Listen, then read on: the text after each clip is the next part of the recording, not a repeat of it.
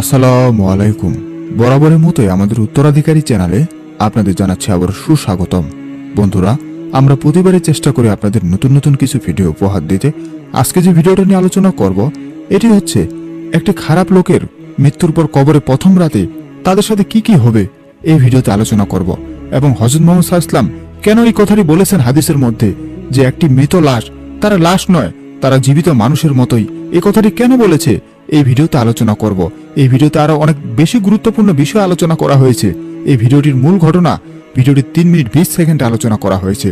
তাই অনুরোধ করছি, না টেনে সম্পূর্ণ ভিডিওটি মনোযোগ দিয়ে শেষ পর্যন্ত দেখুন। এবং যারা যারা আমার চ্যানেলে নতুন এই ভিডিওটি দেখছেন, তারা অবশ্যই সাবস্ক্রাইব করবেন এবং এই ভিডিওটিতে লাইক দিবেন। তো দেরি না করে চলুন শুরু করা যাক। হে আদম সন্তানেরা, আপনারা কবরকে দেখে ভয় পান, আপনারা মৃত্যুকে দেখে ভয় পান, কারণ আপনি একদিন মৃত্যুবরণ করবেন। ধরুন আজকে আপনি মৃত্যুবরণ করেছেন, আপনাকে আজকে চৌখাটে করে সেই কবরগ্রস্থানে রেখে আসা হলো, এবং আপনি দেখছেন আপনার পিঠের নিচে শুধু মাটি আর মাটি, কোনো বিছানা নেই। আপনি ভালো করেই জানতেন যে আপনার কবরে কোনো বালিশ থাকবে না, আপনার কবরে কোনো বিছানা থাকবে না, আপনাকে শুধু মাটির উপরে শুয়ে রেখে আসা হবে। আপনি ভালো করেই জানেন, কারণ আপনি এর আগে অনেক মানুষকে কবর দিতে দেখেছেন, অনেক মানুষকে দাফন করতে দেখেছেন, অনেক মানুষকে কবরে নামাতে দেখেছেন, অনেক মানুষের কবর পর্যন্ত দেখেছেন। আপনি তো ভালো করেই জানেন যে কবরে বালিশ থাকে না, বিছানা থাকে না, শুধু মাটি থাকে।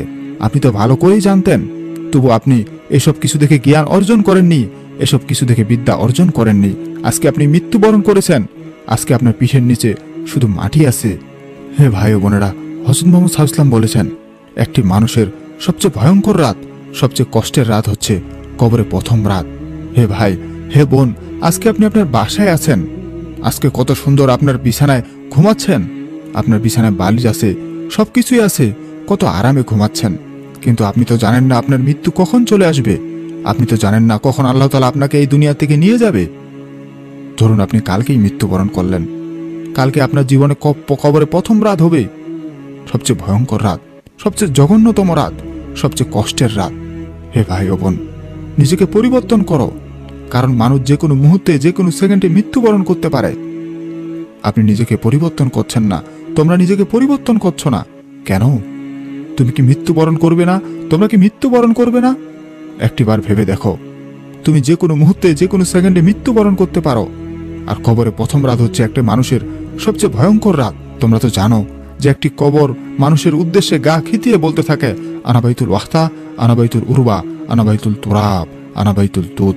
হে মানুষ, আমি হচ্ছে মাটির ঘর, আমি হচ্ছে কীট পতঙ্গের ঘর, আমি হচ্ছে একাকিত্বের ঘর।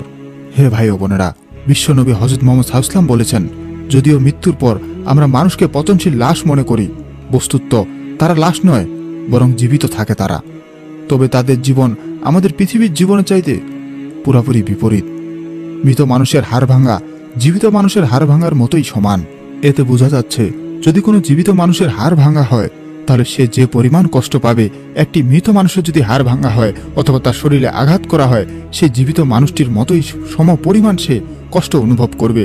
কিন্তু সে বলতে পারবে না, তার জবান আল্লাহ তাআলা নিয়ে নিবে, তার শরীর নড়াতে পারবে না, তার শরীরের শক্তি আল্লাহ তাআলা নিয়ে নিবে। হে ভাই ও বোনেরা, তোমরা কেন এত আল্লাহর ব্যাপারে অগ্রসর নয়? একটিবার ভেবে দেখো, যে কোনো মুহূর্তে যে কোনো সেকেন্ডে তুমি মৃত্যুবরণ করতে পারো, তুমি লাশ হয়ে যেতে পারো, কিন্তু তোমার জীবনটি তোমার সেই শরীরের মধ্যে থাকবে। কারণ তোমাকে যখন সেই অন্ধকার কবরে নিয়ে যাওয়া হবে, তখন তোমার আত্মাটা বলবে, তোমরা আমাকে কোথায় নিয়ে যাচ্ছ? যদি তুমি খারাপ মানুষ হয়ে থাকো, তাহলে তুমি অনেক কান্নাকাটি শুরু করবে, আর তুমি যদি ভালো হয়ে থাকো, তাহলে তুমি বলবে, তোমরা আমাকে তাড়াতাড়ি নিয়ে চলো। তা আজকে একটি মূল ঘটনায় যাওয়া যাক। একটি মানুষ খুবই খারাপ ছিল, সে সর্বদা খারাপ কাজের সাথে লিপ্ত থাকত, সে সর্বদা আল্লাহর সাথে চ্যালেঞ্জ করত। তার জীবনে সে এমন এমন কাজ করত, যে কাজগুলি করলে কবিরা গুনাহ হবে, সেসব কাজ সে বেশি বেশি করত। সে ভালো করেই জানতো সে একদিন মৃত্যুবরণ করবে, সে ভালো করেই জানতো যে আমি যে কাজগুলি করছি, এই কাজগুলির জন্য আমাকে সেই অন্ধকার কবরে কষ্ট পেতে হবে। তবু সেই মানুষটি পরিবর্তন হয়নি, তবু সে দুনিয়ার লোভে, শয়তানের ধোঁকায় সর্বদা খারাপ কাজের সাথে লিপ্ত থাকত, সর্বদা অবৈধ কাজের সাথে লিপ্ত থাকত। হঠাৎ সেই লোকটি একদিন মৃত্যুবরণ করল। তখন সেই লোকটিকে চোখাড়ে করে কবরগুলোস্থানে নিয়ে যাচ্ছিল। সেই লোকটি বলতো, হায় আমার ধ্বংস, হায় আমার প্রিয়জন, তোমরা আমাকে কোথায় নিয়ে যাচ্ছ? সেই স্থায়ী ঠিকানা আমার নয়, সেই কবর আমার জন্য নয়, তোমরা আমাকে নিয়ে যেও না। হে আমার প্রিয়জন, হে আমার সন্তানেরা, তোমরা আমাকে সেখানে নিয়ে যাও না, আমার ঘর ওটা না, আমার বাড়ি রাখে আমাকে তোমরা কোথায় নিয়ে যাচ্ছ? তবুও সেই লোকটিকে সে অন্ধকার কবরে দাফন করে রাখে আসা হলো। আপনারা তো সকলেই জানেন যে একটি মানুষের সবচেয়ে ভয়াবহ রাত হচ্ছে কবরে প্রথম রাত।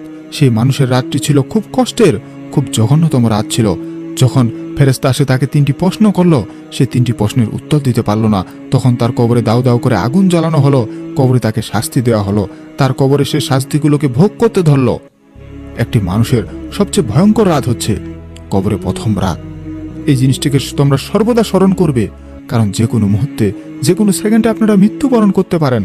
আপনারা সেই অন্ধকার কবরে চলে যেতে পারেন। আজকে আপনারা জীবিত আছেন, কালকে আপনারা জীবিত নাও থাকতে পারেন, কালকে আপনি অন্ধকার কবরে চলে যেতে পারেন। হে ভাই ও বোনেরা, তোমরা নিজেকে পরিবর্তন করো।